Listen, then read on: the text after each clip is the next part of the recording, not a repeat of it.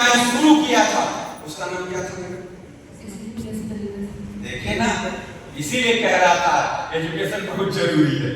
समझ गए? जहां मैं इतना चिल्ला रहा हूं, मैं थोड़ा सा मूवमेंट क्या दे दिया, मैडम मान गई। तो फिर यहाँ सामने क्यों नहीं लिख के लेकर के आए? ऐसे ही अगर आपके पास एजुकेशन नहीं रहेगा, कोई बंदा मेरे जैसा आएगा, आपको कंफ्यूज करके चला जाएगा, आपके कैरियर को बर्बाद कर देगा। Next slide sir. Beauty of the direction, जब तक किसी भी चीज की ब्यूटी हमको पता नहीं रहेगा, ब्यूटी मतलब खासियत, अच्छाइयां जब तक हमको पता नहीं होंगी, हम धंधा नहीं कर पाएंगे। आज देखने का दौर ये मिलता है कि हर इंसान कहीं न कहीं कंफ्यूज है। होता क्या है, अक्सर हम अगर डायरेक्ट सेलिंग कर रहे हैं, किसी दुकान वाले को देखते हैं, हमको लगता है काश दुकान पर लिए होते तो कितना अच्छा रहता।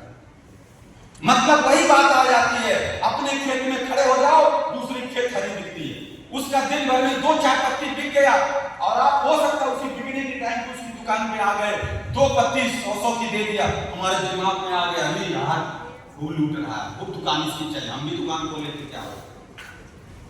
यही तो दिक्कत है कि हम सब सच्चाई को जान नहीं पा रहे हैं, डायरेक्ट सेलिंग की ब्यूटी को नहीं जान पा रहे हैं कि क्यों किया जाता है डायरेक्ट सेलिंग। धंधा हमारा आपका नहीं है, धंधा रईसों का है, धंधा अमीर लोगों का है, गरीब के लिए धंधा नहीं होता। मेरे दोस्त, ऐसे लोग जो किसी दूसरे की दुकान को देख करके दुकान खोल लेते हैं, वो फेल हो जाते हैं। डायरेक्ट सेलिंग क्यों करना चाहिए, सामने लिखा गया, क्योंकि अगर इंसान के रूप में आपने जन्म ले लिया है तो हर हालत में आपको कोई न कोई बिजनेस करना ही पड़ेगा। यस या नो? लेकिन अगर आप डायरेक्ट सेलिंग नहीं करोगे, एफिलिएट बिजनेस नहीं करोगे, कुछ तो करोगे। क्यों कुछ तो करेंगे? जब पढ़ने का टाइम था तब तो नींद आती थी।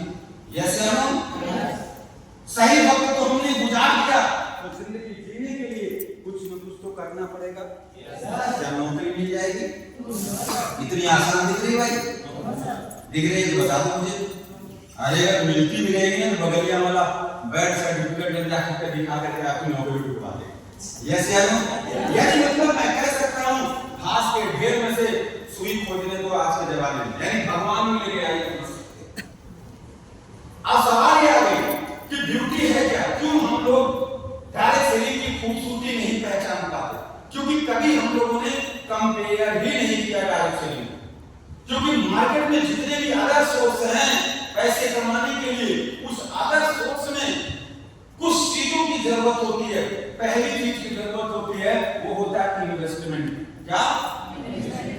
अगर आप मार्केट में कहीं से पैसा कुछ कमाना चाहते हो तो सबसे पहले आपको एक बड़ी मोटी रकम इन्वेस्ट करना पड़ेगा। बिजनेस एक बात बोलता है कि अगर लाखों रुपया, अगर करोड़ों रुपया लगा रहे हो तो लाखों रुपया कमाओ, और अगर उस बिजनेस में लाखों रुपया लगा रहे हो तो कितना कमाओगे? 1000 में कमाओ, और 1000 लगाओगे तो कितना कमाओगे? 100 रुपये। और 100 की दुकान खोल रहे हो तब दो चलने में नहीं दीजिएगा, तो लिपस्टिक भी दीजिएगा, बैठ गया 200 का सामान, तो कितना कमाओगे? अरे 10 रुपए की दुकान आपने मैडम खोला है तो कितना कमाओगे? 1 रुपया। ऐसे नहीं होता है, स्टैंडर्ड बना। जैसे हाई स्कूल में था ना कि 17 नंबर पाएंगे कभी पास होंगे, था कि नहीं था? उसी तरह यहाँ भी स्टैंडर्ड बना कि लाख करोड़ों लगाओगे तो कितना कमाओगे? लाखों। लाखों लगाओगे तो कितना कमाओगे?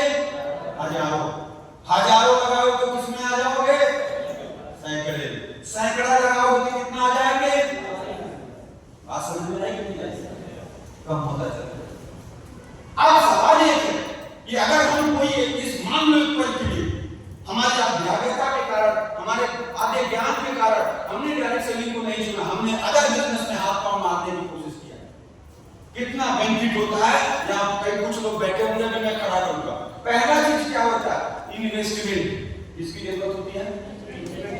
इन्वेस्टमेंट पूरा समझ रहे हो? यही पूंजी लगानी पड़ती है। क्या लगानी पड़ती है? पूंजी लगानी पड़ती है। यानी सबसे पहले यही चैलेंज आ जाती है पूंजी लगाना।